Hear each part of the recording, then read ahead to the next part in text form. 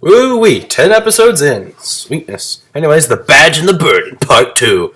And this is actually pretty good. I think it's a pretty good episode for both Wise and Ruby. So Wise fights this thing. It basically looks like a giant boar. And she's having trouble fighting it. Ruby's trying to give her advice, and just cheering her on, but Wise keeps telling her to shut up.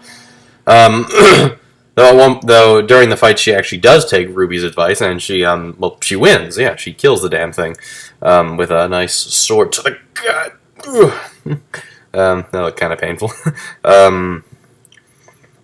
Anyways, that happens, and Wise just says, "Look, you're not being a very good leader, and I think the dean made a mistake or whatever." Ruby starts to doubt herself a bit. Professor Port, that's his name, Ryan's character. He was saying that the dean chose Ruby as a leader for a reason. It's not just a matter of popularity contest or actual skill. And this is actually neat. While Ruby is talking to the dean, she's having self doubts and whatnot. Wise is talking to Professor Port, and it's some great little the way it's edited. Nice little. It almost creates a bit of an interplay between Wise and Ruby, the different dynamics between them, which I think is very good. I like the direction it's going with that. They're both sort of at odds, but they're kind of learning to respect one another, learn each other's strengths and weaknesses, and learn to sort of adapt to that. I think that's great to see. So the dean's going on saying, "Look, it's only day one, and if you're gonna hold yourself back due to one mistake, then oof, man, you got a rough life ahead of you."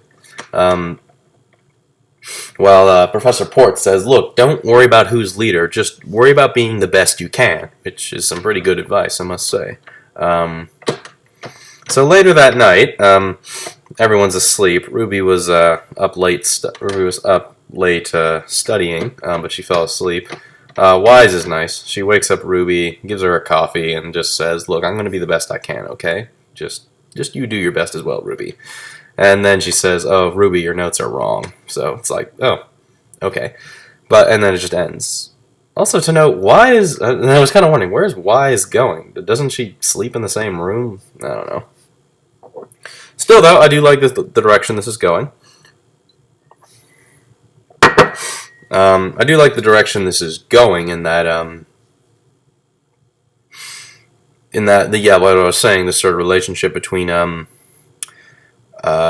Wise and Ruby. I think that's neat. Hopefully we not only get more of that, hopefully, I don't know, maybe there's some sort of interplay between, Yang and Blake eventually, or maybe just Ruby and all the other characters. I hope we get that a bit more.